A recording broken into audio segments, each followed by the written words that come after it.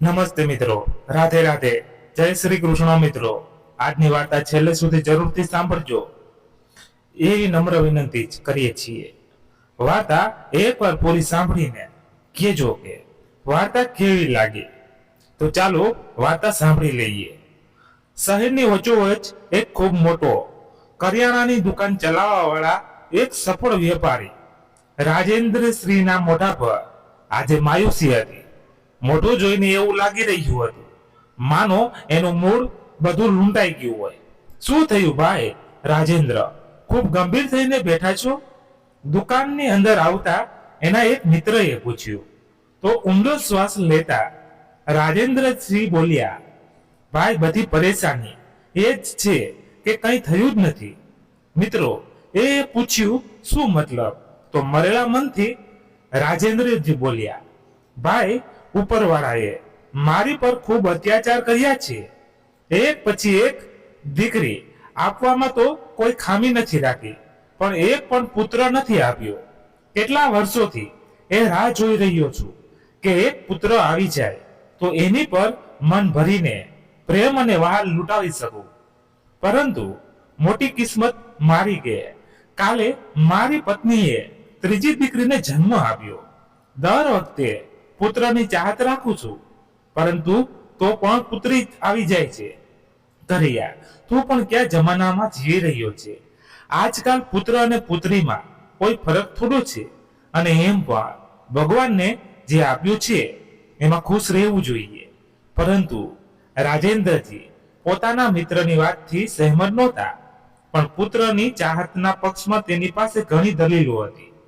થોડી વાર વાતચીત કરીને રાજેન્દ્રજીનો મિત્ર તો ત્યાંથી જતો રહ્યો, પણ એના સમજાવ્યા પછી પણ એના મોઢા પર છવાયેલા માયુસી અને નિરાશાના વાદળો એમને એમ જ હતા. રાત્રે જ્યારે ઘરે પાછા આવ્યા તો એની પત્નીએ નવજાત બાળકીને તેડીને બેઠી હતી. એને જોઈને એના ક્રોધની સીમા ન રહી અને જોર જોરથી રાડો પાડવાની શરૂ કરી દીધી. ન જાણે આ સ્ત્રી છે કે દીકરી.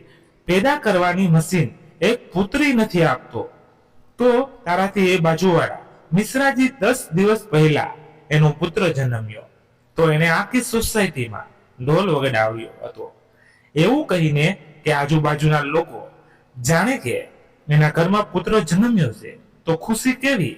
અને અહીંયા આપણા ઘરમાં માતમ છવાયેલો છે ખાલી તારા જેવી ખરાબ સ્ત્રીના કારણે. કહેતા કહેતા એ મારપીટ પર ઉતરી આવ્યા. પરંતુ એની પત્ની રમા બિચારી કરે પણ શું? આ બધું એની બસમાં ન હતું. કઈ ભૂલ ન હોવા છતાં પણ એને દર વખતે ગુનેગાર બનાવી દેતા હતા. અને એ દીકરીઓ તો રાજેન્દ્રજીને પોતાની કટ્ટર દુશ્મન લાગતી હતી. આખો દિવસ એના પિતા એને ખીજાતા અને ગુસ્સો કરતા અને જતા જતા એ 4 થપ્પડ તો એને લગાવીને જતા.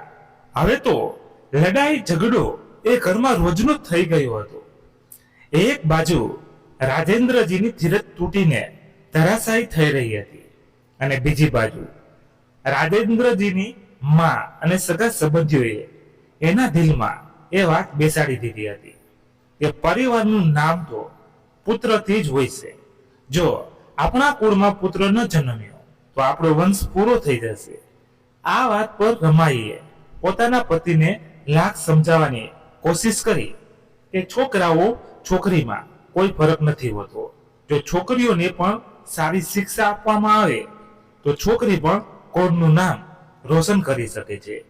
એ બોલ્યા, પુત્રની તુલના પુત્રી સાથે ક્યારેય નથી થઈ શકતી. પુત્રી તો છેલ્લે પોતાના સાસરે જઈને સુલો જ સંભાળવાની છે. એટલા માટે દીકરીના ભણતર પર પૈસા ખર્ચ કરવા એ એક મૂર્ખતા છે. જ્યારે પુત્ર ખાનદાનને આગળ વધારે છે, વૃદ્ધાશ્રમમાં પણ સાથ આપે છે. આવું કહીને એને રમાની વાતને નકારી દીધી.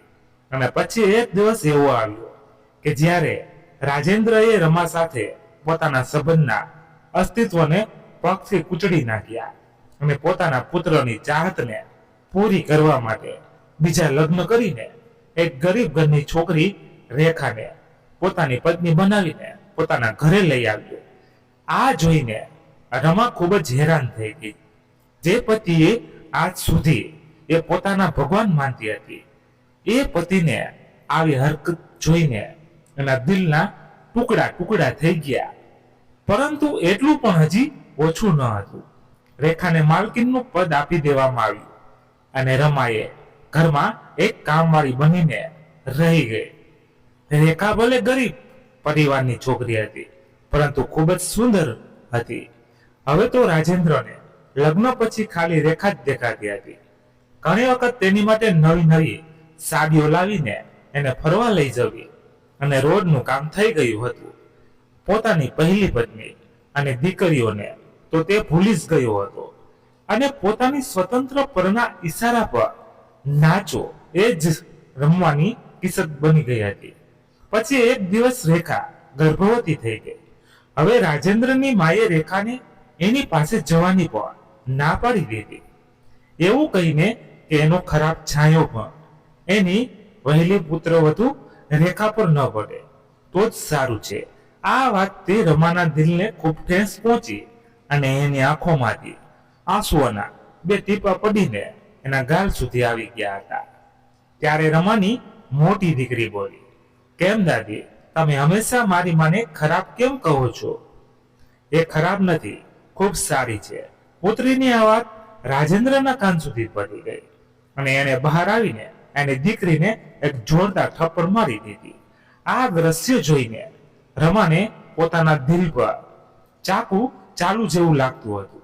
એ દોડીને પોતાની દીકરીનો બચાવ કરવા લાગી. તો એનો પતિ બોલ્યો, એક વાત કાન ખોલીને સાંભળી લ્યો, જો આ ઘરમાં રહેવું હોય તો એવી રીતે જ રહેવું પડશે.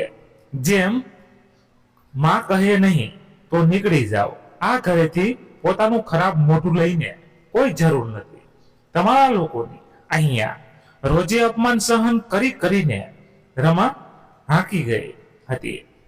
પોતાના આત્મસન્માન માટે એને આજે એ ઘરની ચોખવટ પર પાર કરવાનો નિર્ણય લીધો અને પોતાની દીકરીઓને લઈને ત્યાંથી તરત નીકળી ગઈ.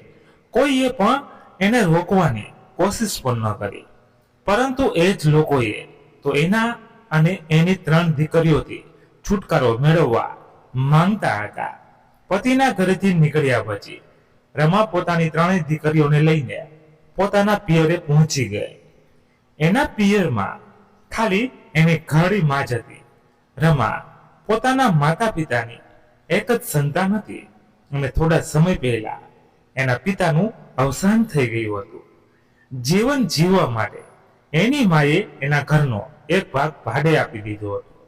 રમા જાજુ ભણેલી ગણેલી નહોતી, પરંતુ સિલાઈ કરવાનું જાણતી હતી.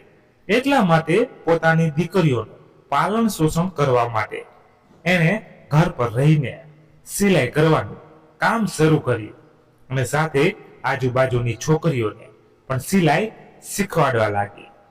એણે નક્કી કરી લીધું હતું કે એ પોતાની દીકરીઓને સારી શિક્ષા આપીને એના પગ પર ઊભી કરશે. પેલી બાજુ રમાના ઘરેથી નીકળ્યા પછી રાજેન્દ્રનું દુકાનનું કામ ઓછું ચાલવા લાગ્યું, પરંતુ બેંકમાં સારા એવા પૈસા પડ્યા હતા, જેના કારણે ઘરનો ખર્ચો ચાલી જતો. ધીરે ધીરે દિવસો એમ જ વીતવા લાગ્યા. હવે રાજેન્દ્ર અને એની માં દિવસ રાત ભગવાન પાસે પુત્ર માટે પ્રાર્થના કરતી. રાજેન્દ્રની માં પોતાની જાણનાર કોઈ પંડિતને બોલાવીને લાવી અને એને કહેવા લાગ ભાત ભાતના પાઠ અનુષ્ઠાન અને કેટલીક ભાતના વ્રત પોતાની પુત્રવધુ પાસે કરાવ્યા અને છેલ્લે એ દિવસ આવી ગયો જેની રાહ એ લોકો ક્યારના જોતા હતા. આ વખતે રાજેન્દ્રને પુત્ર ધનની પ્રાપ્તિ થઈ ગઈ.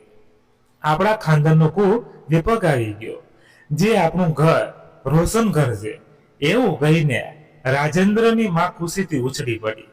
પેલી બાજુ પુત્રના જન્મ થવાના કારણે એના 6થા દિવસે એક ખૂબ જ ભવ્ય કાર્યક્રમ કરવાનો નિર્ણય કર્યો.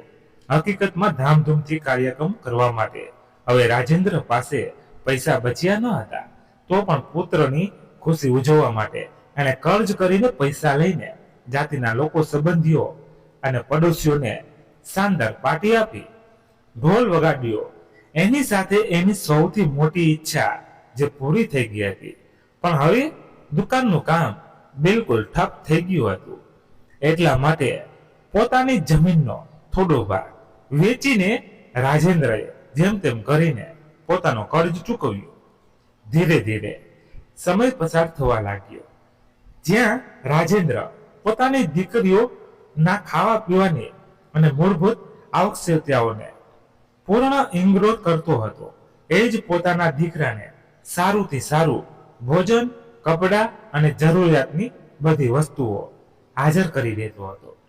પુત્રને સારી ઇંગ્લિશ મીડિયમ સ્કૂલમાં ભણાવતો હતો. આ વચ્ચે એક દિવસ રાજેન્દ્રની માતાજીનું અવસાન થઈ ગયું. તેમજ સમય પસાર થવા લાગ્યો અને એનો પુત્ર મોટો થવા લાગ્યો અને કોલેજમાં હોટેલ મેનેજમેન્ટનું ભણતો હતો. એનું જ સપનું હતું કે ભણ્યા પછી નોકરી કરવાના બદલે એક આલિશાન હોટલ ખોલે. કોલેજમાં ભણતરની વચ્ચે એક છોકરીને પસંદ કરવા લાગ્યો અને ધીરે ધીરે વાત એ હદ સુધી વધી ગઈ કે બંનેએ એકબીજા સાથે લગ્ન કરવાનો નિર્ણય લીધો. માતા પિતા જે પોતાની પુત્રવધૂના આવવા માટે ખૂબ ઉત્સાહિત હતા અને પહેલેથી પોતાના પુત્ર માટે એક છોકરી શોધી રહ્યા હતા, એ આ જાણીને ખૂબ જ ખુશ થયા. પુત્રની પસંદને જ પોતાની પસંદ માનીને એણે આ સંબંધ માટે હા કહી દીધી. બંનેની હોટેલ મેનેજમેન્ટનું ભણતર પૂરું થયા પછી એની સગાઈ કરી દેવામાં આવી અને 1-2 મહિનાની અંદર એના લગ્ન થઈ ગયા અને પુત્ર વધુ ઘરે આવી ગઈ. માતા પિતા બંનેને તો માનું સ્વર્ગ મળી ગયું હોય. હવે પોતાની હોટલ ખોલવા માટે એના પુત્ર નીરજને ખૂબ જ ધનની આવશ્યકતા હતી. એટલા પૈસા ક્યાંથી મેળવે? આ વિચારીને રાજેન્દ્ર પરેશાન હતો. પણ પોતાના દીકરાની ઈચ્છા પૂરી કરવા માટે રાજેન્દ્ર કોઈ પણ હદ સુધી જવા માટે તૈયાર હતો. એટલા માટે એણે પોતાની દુકાન અને બાકી બચેલી જમીન પણ વેચવાનો નિર્ણય કરી લીધો. આ બધું વેચીને એણે સારું એવું ધન પ્રાપ્ત થઈ ગયું. હવે માતા પિતા પોતાના પુત્રના સોનેરી સપના જોવા લાગ્યા અને જલ્દી હોટલ બનાવવાનું કામ શરૂ થઈ ગયું. પણ હોટેલ બનાવવાના કામમાં પૈસા ખૂબ તેજીથી ખર્ચ થવા લાગ્યા અને બિલ્ડિંગ ઊભી કરવામાં એનું બધું ધન પૂરું થઈ ગયું. પછી પુત્ર વધુએ કહ્યું કે એટલી મોટી હોટલ હોવા છતાં આપણે ઘરની શું જરૂર છે, ત્યાં જ આપણા રહેવાની વ્યવસ્થા કરી લઈશું અને મકાન વેચીને બાકીના પૈસાની જરૂરત પૂરી કરી દેશે. હકીકતમાં રાજેન્દ્ર અને એની પત્નીને પોતાનું મકાન વેચવાનું જરા પણ મન ન હતું, પરંતુ પુત્રવધુ દ્વારા સમજાવ્યા પર એ પોતાનું મકાન વેચવા માટે તૈયાર થઈ ગયા. એ વિચારીને કે બધું પુત્રનું તો છે, અમારા પછી પણ આ બધાનું માલિક અમારો પુત્ર જ હશે. અને પોતાનું મકાન વેચવા માટે એક પ્રોપર્ટી ડીલરને રાજેન્દ્રનો એક મિત્ર હતો, એને ફોન કર્યો અને એને સારો ભાવ કહીને મકાન વેચવા માટે કહ્યું. એ સાંભળીને એનો મિત્ર ચોંકી ગયો અને બોલ્યો, અરે ભાઈ, પુત્ર પ્રત્યે પ્રેમ હોવો જરૂરી છે, પણ એટલો પણ ન હોવો જોઈએ કે માણસ એના પ્રેમમાં આંધળો થઈ જાય. બધું જ પોતાના પુત્ર પર વછાવત કરી દેવું એ અક્કલમંદીવાળી વાત નથી. પોતાના ઘડપણ માટે પણ કંઈક બચાવીને રાખવું જોઈએ. માનું કે તારું બધું તારા પુત્રનું જ છે, પણ તમારા લોકોના ગયા પછી પોતાની કમાયેલી જીવનભરની દોલત તો વૃદ્ધાશ્રમમાં લાઠી સમાન હોય છે. પણ આ બધું દાવ પર લગાવ્યા પછી તું પોતાનું મકાન પણ વેચવા માટે તૈયાર છે. આ વાત તો સારી નથી.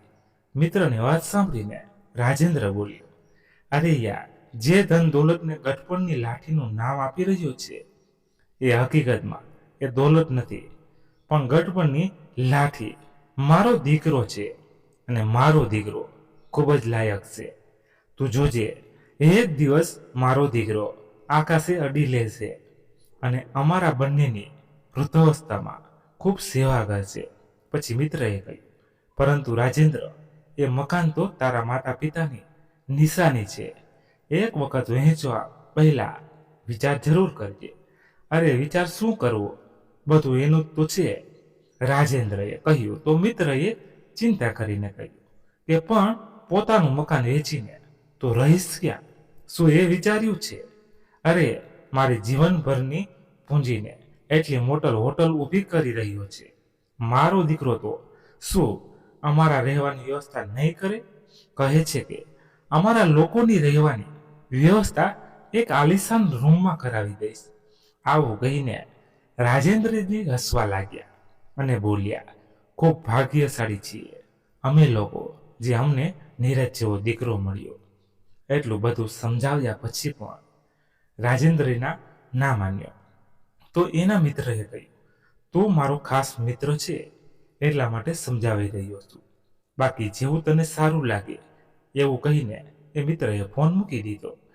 થોડા સમય પછી રાજેન્દ્રજીનું મકાન પણ વેચાઈ ગયું અને બાકીના થોડા ઘણા ખર્ચા પૂરા કરવા પત્નીએ પોતાના ઘરેણા પણ વેચી નાખ્યા. હોટલ બનીને તૈયાર થઈ ગઈ અને શુભ મુહૂર્ત જોઈને હોટલનું ઉદ્ઘાટન પણ કરી દેવામાં આવ્યું અને બંને માતા પિતા પોતાના પુત્રવધુ સાથે હંમેશા માટે એ હોટલમાં રહેવા માટે આવી ગયા. પોતાનું બધું લૂંટાવી પણ પુત્રના પ્રેમમાં પડેલા રાજેન્દ્રજી અને રેખા પોતાના પુત્રની સફળતા માટે ખૂબ ખુશ હતા. હોટલમાં કુલ મેળવીને 11 રૂમ હતા, જેમાંનો એક રૂમ નીરજે પોતાના માતા પિતાને રહેવા માટે આપી દીધો. જ્યારે એક ખૂબ આલિશાન રૂમ એણે પોતાના અને પોતાની પત્ની માટે એક અલગથી બનાવ્યો હતો, જેમાં સુખ સુવિધાની બધી વસ્તુઓ ઉપલબ્ધ છે. નીરજ અને એની પત્ની કાઉન્ટર પર બેસવા લાગ્યા. જ્યારે એના પિતાને નીરજે વેટર પર નજર રાખવા માટે એના કામને સુવ્યવસ્થિત રીતે ચલાવવાની જવાબદારી આપી. સવારમાં શાક માર્કેટમાં જવાનું અને માર્કેટમાં રસોઈનું રાશન લાવવાની જવાબદારી પણ રાજેન્દ્રજીને જ આપવામાં આવી. પરંતુ હવે એક પરેશાની એ ઊભી થઈ ગઈ કે ખાવાનું બનાવવા માટે કોઈ એક સારો શેફ નહોતો મળી રહ્યો અને કોઈ શેફ મળ્યો તો પણ એને એટલું વેતન માંગ્યું કે એ સાંભળીને નીરજ અને એની પત્નીના હોશ ઉડી ગયા. છેલ્લે મન મારીને એ લોકો શેફને વધારે વેતન આપવા માટે રાજી થઈ ગયા અને એને નોકરી પર રાખી લીધો. બધું સારી રીતે ચાલવા લાગ્યું. ક્યારેક શેફ રજા પર હોય ત્યારે રેખાજી બધી રસોઈ સંભાળી લેતી. અહીંયા નીરજ અને એની પત્નીએ જોઈને હેરાન હતા કે જે દિવસે રસોઈ એની મા બનાવતી તો બધા આંગળીઓ ચાટીને ખાતા અને ખાવાની ખૂબ પ્રસન્નતા કરતા. આ જોઈને પુત્રવધુના મનમાં એક આઈડિયા આવ્યો. એ રસોડામાં ગઈ અને શેફને ખાવાનું સારી રીતે ન બનાવવા પર ખીજાવા લાગી અને બોલાચાલી થવા પર એને કામમાંથી કાઢી નાખ્યો. પરંતુ હવે નીરજે વિચારીને પરેશાન થઈ ગયો કે શેફની વ્યવસ્થા ક્યાંથી કરે. પછી એની પત્ની બોલી, સાંભળો, તમારી માં દિવસભર બેઠા બેઠા શું કરે છે? જ્યાં સુધી કોઈ સારો શેફ ન મળે ત્યાં સુધી મારી પાસે જ રસોઈ બનાવી લઈએ. રસોઈ તો તે ખૂબ સારી બનાવે છે અને એમ પણ શેફને એણે માંગેલું વેતન આપીશું તો આપણા ખાવાના જ ફાફા પડશે. જ્યારે માજી પાસે રસોઈ બનાવડાવીશું તો એની મદદ કરવા માટે એક હેલ્પર રાખી લઈશું. હેલ્પર તો ઓછા વેતનમાં મળી જશે. વાત તો તું સાચી કહી રહી છે, હું માજી સાથે વાત કરું છું. આ કહીને એ માજી પાસે ગયો અને ઉદાસી ભર્યા સ્વરમાં બોલ્યો, માં, એક ખૂબ મોટી પરેશાની થઈ ગઈ છે. રેખાજી બોલ્યા, શું થયું બેટા, શું પરેશાની છે? તો નીરજ બોલ્યો, માં, એવું છે કે હોટલમાં ખાવાનું બનાવવા માટે કોઈ સારો રસોઈયો નથી મળી રહ્યો. હવે હું મારા ગ્રાહકોને શું ખવડાવીશ? ત્યારે એની માં બોલી, એમાં શું મોટી વાત છે?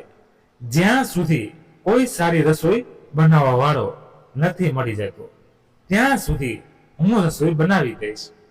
આટલું સાંભળીને જ નીરજ ખુશીથી ઉછળી પડ્યો અને બોલ્યો, આ બનીને વાત મને ખબર જ હતી કે મારી માં પરેશાની ને જલ્દીથી દૂર કરી દેશે, અને એમ પણ જેટલું સ્વાદિષ્ટ ભોજન મારી માં બનાવે છે એટલું સ્વાદિષ્ટ તો મોટાથી મોટા શેફ પણ મને નથી બનાવી શકતા. ખબર છે, માં તમારા હાથનું વથાણું ખાઈને ગ્રાહકો આંગળીઓ ચાટતા રહી જાય છે. આટલું સાંભળતા રેખાજી ખૂબ જ ખુશ થઈ ગઈ અને હસીને બોલી, અચ્છા, મારા હાથથી બનેલી વસ્તુ લોકોને એટલી પસંદ આવે છે. સારું બેટા, હું બધી રસોઈ બનાવી દઈશ. છેલ્લે હોટલ આપણી પોતાની જ છે. આ બધી વાતો સાંભળીને રાજેન્દ્રજી બોલ્યા, બીજું નહીં તો શું, હોટલ આપણી છે તો આપણને કામ કરવામાં શું પ્રોબ્લેમ? હવે જો કામ વધારે થશે, હું પણ વેટર વાળા બધા કામ કરી દઉં છું, એમાં શું ખોટું છે? પછી રેખા બોલી, બિલકુલ, અમે તો ખાલી એટલું જ ઈચ્છીએ છીએ કે અમારા બાળકો તરક્કી કરે. સારી વાત છે.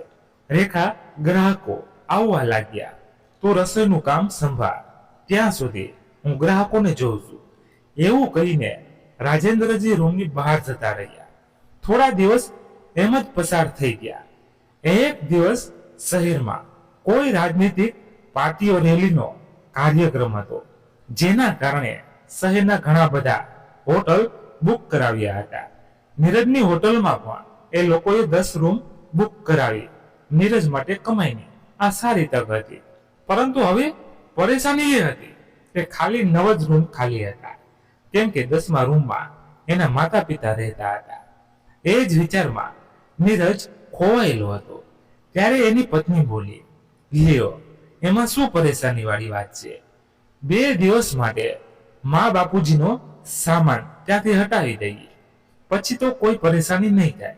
હવે એક રૂમના 5000 પ્રતિ દિવસે મળશે તો આપણને તક થોડી છોડીશું. પછી નીરજ બોલ્યો, અરે પણ મા બાપુજી ક્યાં રહેશે? રસોડામાં. બીજે ક્યાં? રસોઈ ઘરમાં તો ખૂબ જ જગ્યા છે. 2 દિવસ માટે તો એડજસ્ટ કરી લેશે. સારું, 2 દિવસ માટે એની વ્યવસ્થા રસોડામાં કરી દઈએ. એવું કહીને નીરજે પોતાના માતા પિતાનો સામાન રસોડામાં શિફ્ટ કરાવી દીધો અને પોતાના માતા પિતાને 2 દિવસ માટે રસોડામાં રહેવા માટે કહી દીધું. રસોડામાં પાથરેલી ચાદર પર સૂતા સૂતા રાજેન્દ્રજી વિચારવા લાગ્યા કે એને પોતાનું બધું વહેંચીને ક્યાંક ખૂબ મોટી ભૂલ તો નથી કરી દીધી, ક્યાંક મિત્રની વાત સાચી ન પડી જાય. વિચારીને એનું કાળજું મોઢામાં આવવા લાગ્યું હતું. પહેલી બાજુ એની પત્ની રેખાને પણ કમરની પીડાને કારણે ઊંઘ નહોતી આવતી, પરંતુ 2 દિવસની જ વાત છે એમ વિચારીને એને પોતાના મનને જેમ તેમ મનાવી લીધું. બીજે દિવસે હોટલનું રેસ્ટોરન્ટ રાજનીતિક પાર્ટીના લોકોથી આખું ભરેલું હતું. રેખાથી ખૂબ સ્ફૂર્તિથી ચા નાસ્તો બનાવવા લાગી, તો બીજી બાજુ રાજેન્દ્રજી બધા માટે ચા નાસ્તો લઈને આવી રહ્યા હતા. એ વચ્ચે રાજનીતિક પાર્ટીના મુખિયા એ રાજેન્દ્રજીને જોઈને જોરથી અવાજ લગાવ્યો, અરે ઓ વેટર! રાજેન્દ્રજીએ આમ તેમ જોઈને કહ્યું, શું તમે મને વેટર કહ્યું? તો બીજા કોને વેટરને વેટર કહીને નહીં બોલાવું? તો શું શેઠજી કહીને બોલાવીશ? એવું કહીને એ પોતાના સાથીઓ સામે જોઈને હસવા લાગ્યા અને બોલ્યા, જા, મારી માટે રસોડામાંથી દારૂ લઈને આવ. પરંતુ સર, અમારે ત્યાં આવું બધું નથી મળતું, રાજેન્દ્ર ગંભીર થઈને બોલ્યા. પછી એ માણસે ટેબલ પર પૈસા પછાડીને કહ્યું, તો બીજી બાજુ દુકાન પરથી લઈને આવ. બિલકુલ નહીં, હું એ કામ નહીં કરું. તમારે ખાવું હોય તો એ ખાઈ લ્યો. રાજેન્દ્રજી ગુસ્સામાં બોલ્યા, અરે એટલો ઘમંડ ક્યાંનો રાજા છે? તો એ માણસ ગુસ્સામાં લાલ પીળો થઈને બોલ્યો. તો રાજેન્દ્રજીએ કહ્યું, ક્યાંયનો રાજા તો નથી, પરંતુ આ હોટલના માલિકનો બાપ છું. એટલું કહીને રાજેન્દ્રજી ત્યાંથી જતા રહ્યા. એટલી વાત સાંભળીને એ માણસે ગુસ્સાથી નીરજને અવાજ લગાવ્યો અને રાજેન્દ્ર તરફ ઈશારો કરીને કહ્યું, કોણ છે એ માણસ? નીરજે ખંભો ઊંચો કરીને કહ્યું, કોઈ નહીં, એ તો વેટર છે. પણ એ તો પોતાને તારો બાપ કહે છે, એ માણસે કહ્યું. તો નીરજ બોલ્યો, અરે નહીં, એ મારા પિતા નથી. ગામડે અમારા જૂના ઘરમાં નોકરી કરતો હતો. આ ઘરડો ગરીબ માણસ એમાં હતો, તો અહીંયા પણ નોકરી માટે રાખી લીધો. દુનિયામાં એનું કોઈ પોતાનું નથી, એટલા માટે મને પોતાનો દીકરો માને છે. એમ મારો એની સાથે બીજો કોઈ સંબંધ નથી. અચ્છા, તો એ વાત છે. તારી સામે એવી રીતે જીપ ચલાવતો હતો જેમ કોઈ મોટો ઓફિસર હોય. પોતાના એ બે કોડીના નોકરને બોલ કે મારી માફી માંગી. પોતાના પુત્ર એ માણસ વચ્ચે થયેલી બધી વાત રાજેન્દ્રજી સાંભળી રહ્યા હતા. એના દિલમાં અપમાનની આગ બળી રહી હતી. ત્યારે નીરજે એને ઈશારો કરીને પોતાની પાસે બોલાવ્યા અને કહ્યું, જેવો ગ્રાહક આપણા ભગવાન સમાન હોય છે, તેમને કોઈ હક નથી કે તમે એનું અપમાન કરો. ચાલો જલ્દીથી એની માફી માંગી લ્યો. અરે કમાલ કરે છે તું, હું શા માટે માફી માંગુ? ભૂલ એની જ છે, મારી નહીં. મેં ખાલી એટલું જ કહ્યું હતું કે અમારે ત્યાં દારૂ નથી મળતો, તો મારી સામે પૈસાનો પાવર બતાવીને કહ્યું કે મને બહારથી લાવીને આ. બીજેથી એ માણસ કરી છે, તો હું શું કામ માફી માંગુ? એ સમયે નીરજ પોતાના પિતા પર ગુસ્સે થઈ ગયો. શું તમને એ એક વાત સમજમાં નથી આવતી કે મેં કહ્યું કે માફી માંગો તો તમારે માફી માંગવી જ પડશે? પુત્રના કહેવા પર પોતાના આત્મસન્માનને એક બાજુ રાખીને એણે માફી માંગી. પછી નીરજે એને બહારથી મીઠ અને દારૂ લાવવા માટે કહ્યું. અપમાનના કડવા ઘૂંટડા પીને ચૂપચાપ દારૂ અને મીઠ લાવવા માટે જતા રહ્યા. પરંતુ મનમાં ખૂબ વિચારો ચાલી રહ્યા હતા. આજે એને પોતાના મિત્રની એ ચેતવણી યાદ આવી રહી હતી, જે મકાન વહેંચ્યા પહેલા એને આપી હતી. આજે એને પોતાનું ઘર ખૂબ જ યાદ આવી રહ્યું હતું. પહેલી બાજુ રસોડામાં બધાની માટે ખાવાનું બનાવતા બનાવતા રેખાજી ખૂબ જ થાકી ગઈ હતી. આજે એનો હેલ્પર પણ રજા પર હતો, ત્યારે ઊભું રહેવું એની માટે અસંભવ થઈ ગયું હતું. એ રસોડામાં ખાવાનું બનાવવાનું છોડીને ત્યાં પડેલી ચાદર પર જોઈ ગયા. પેલી બાજુ બધા લોકો ખાવાની રાહ જોઈ રહ્યા હતા કે હજી સુધી જમવાનું શું કામ નથી આવ્યું. આ જોવા માટે જેવો જ નીરજ રસોડામાં ગયો હતો, પોતાની માને ત્યાં સૂતા જોઈને એ મા પર ભડકી પડ્યો. ત્યાં એટલા બધા લોકો ખાવાની રાહ જોઈ રહ્યા છે અને અહીંયા તમે આરામ કરો છો? બેટા, ગરમી અને ધુમાડાના કારણે એને ગુંગરામણ થતી હતી. મારાથી ઊભું નથી રહેવાતું, એટલા માટે હું થોડી વાર માટે સૂઈ ગઈ. મેં બધું શાક તૈયાર કરી નાખ્યું છે, બસ દાળને તડકો મારવાની વાત છે. એ કામ તું પુત્રવધુ પાસે કરાવી લે, મારાથી ઊભું નહીં રહેવાતું. ભાઈ સારું, તો હું તેમને ડોક્ટર પાસે લઈ જાઉં છું. એવું કહીને નીરજે પોતાની પત્નીને રસોઈ સંભાળવા માટે કહ્યું. તો એ ભડકી ગઈ, પરંતુ બીજો કઈ રસ્તો પણ ન હતો. એટલા માટે ગુસ્સામાં એ રસોડામાં જતી રહી. થોડી વારમાં નીરજ પોતાની માને લઈને ડોક્ટર પાસે પહોંચી ગયો. તો ડોક્ટરે જણાવ્યું કે ફેફસા પર અસર થઈ છે અને કમજોરી પણ ખૂબ છે. સમસ્યા વધારે થઈ જાય એટલા માટે થોડા દિવસ માટે હોસ્પિટલમાં જ રહેવું પડશે. પરંતુ તો પછી હોટલનું કામ કેવી રીતે ચાલશે? એ વિચારીને નીરજે ડોક્ટરને કહ્યું, નહીં, અમે આને હોસ્પિટલમાં એડમિટ નથી કરાવી શકતા. તમે દવા આપી દો, જરૂર પડે તો ઇન્જેક્શન પણ આપી દો. અમે એનું ઘરે પણ સારી રીતે ધ્યાન રાખીશું. ડોક્ટરે ખૂબ સમજાવવાની કોશિશ કરી કે આ સમય લાપરવાહી કરવા જેવી સારી નથી, પણ એ ન માન્યો અને દવા લઈને પોતાની માને પાછો લઈ આવ્યો. પાછા આવીને રેખાજી ફરીવાર કામ પર લાગી ગઈ. રાજેન્દ્રજીએ પોતાના પુત્રને ખૂબ સમજાવ્યો કે તારી માની તબિયત સારી નથી, કાં તો રસોઈનું કામ પુત્ર વધુ પાસે કરાવ કે પછી કોઈ રસોઈયો રાખી લ્યો, પરંતુ હવે તારી માં આ કામ નહીં કરે. તમારી પુત્ર વધુથી આ બધું કામ નહીં થાય.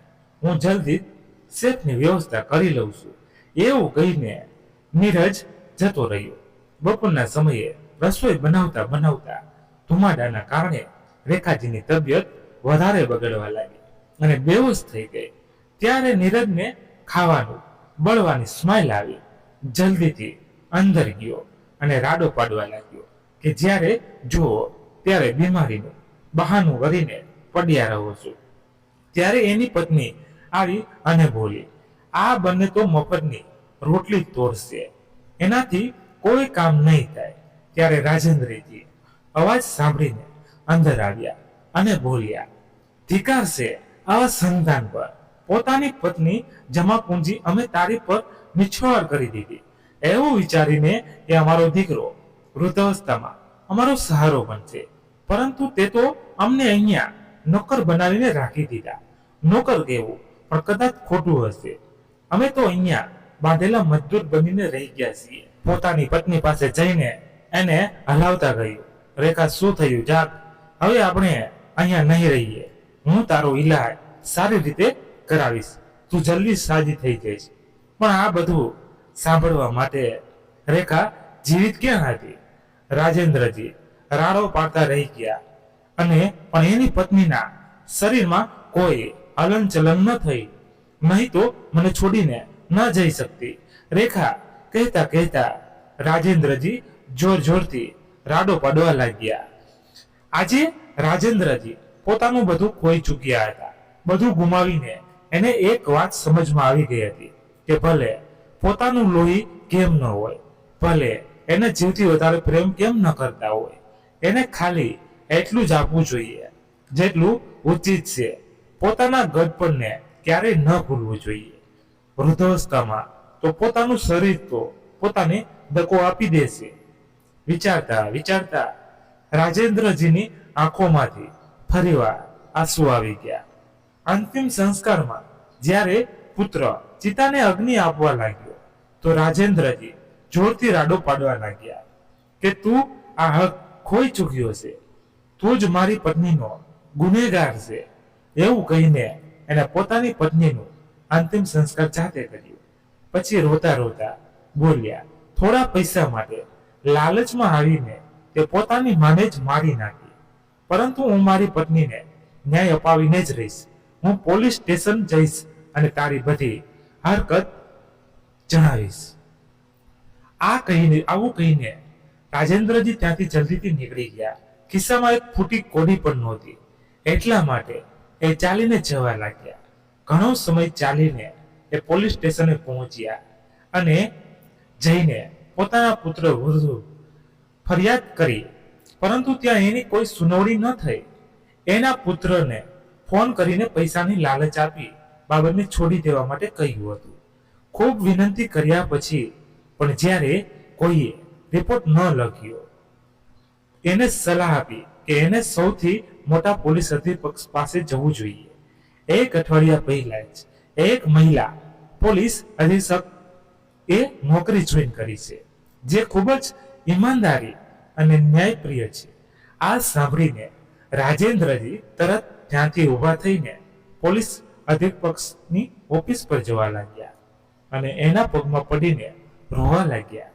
પોતાના પિતા સમાન માણસને પગમાં પડેલા જોઈ પોલીસ અધિક્ષક એને ઊભા કર્યા અને સામે પહેલી ખુરશી પર બેસાડ્યા. પછી પાણી આપ્યું અને એની પરેશાનીનું કારણ પૂછ્યું તો રાજેન્દ્રજીએ રોતા રોતા પોતાની આંખી આપવી એની સામે ખોલી દીધી. હજી આ બધી વાતો ચાલી રહી હતી કે દરવાજાથી એક સ્ત્રી ટિફિન લઈને આવી અને પોલીસ અધિક્ષક પાસે મૂકીને બોલી, તું પણ દીકરી સવારમાં ભૂખ્યા પેટે આવી ગઈ. પોતાના સ્વાસ્થ્યનું ધ્યાન પણ રાખ્યા કર. હવે બધું કામ છોડીને સૌથી પહેલા જમી લે. પછી પોલીસ અધિક્ષક બોલી, મમ્મી મારે અહીંયા આવવાની શું જરૂર હતી? ડ્રાઈવરના હાથે મોકલી દે. માં દીકરીમાં આ બધી વાતો ચાલી રહી હતી. ત્યારે રાજેન્દ્રજીની નજર એ પોલીસ અધિક્ષકની માં પર પડી અને એને જોઈને એ સ્તનબંધ થઈ ગયા, કેમ કે એ સ્ત્રી કોઈ બીજી નહીં પણ એની પહેલી પત્ની રમા હતી. પછી એને ધ્યાનથી એ પોલીસ અધિક્ષકની નજર તરફ જોયું તો એની હેરાનીનું ઠેકાણું ન રહ્યું. એ તો એની દીકરી જ હતી.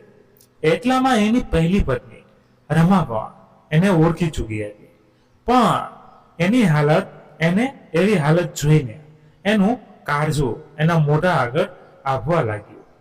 પોતાની જાતને સાંભળીને રમા પોતાના પતિના પગે લાગી. એટલા વર્ષો પછી પિતાને જોઈને એની આંખોમાં પણ આંસુ આવી ગયા. પછી રાજેન્દ્રજી રમાની આગળ હાથ જોડીને બોલે, મને માફ કરી દે રમા, મારાથી ખૂબ જ મોટી ભૂલ થઈ ગઈ. કદાચ આ ભૂલની સજા જ ભગવાને મને આપી જ રહ્યા છે. પોતાના પુત્રોની ચાહતમાં પોતાની દીકરીને એના ભાગનો પ્રેમ જ ન આપ્યો. બસ હેરાન જ કરતો રહ્યો, અહીંયા સુધી કે હું એના ભાવ ભણવા વિરુદ્ધ હતો કહીને રાજેન્દ્રજી જોર જોરથી રોવા લાગ્યા. પછી બોલ્યા, જે છોકરીઓને મેં ઠોકારો ખાવા માટે છોડી દીધી હતી, એ દીકરીઓ આજે સફળતાના પહાડો સર કરી રહી હતી. પોતાની માની ઉચિત પરવરિશે અને માર્ગદર્શન મેળવીને ખાનદાનનું નામ રોશન કરી રહી છે. પોતાની લક્ષ્મી જેવી દીકરીઓને નકારીને જે દીકરા માટે મેં બીજા લગ્ન કર્યા હતા, આજે એ જ દીકરાએ મને ક્યાંયનો પણ ન છોડ્યો.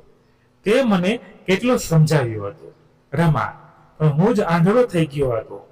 એ વિચારતો જ હતો કે પુત્ર જ વૃદ્ધાવસ્થાની લાઠી હોય છે.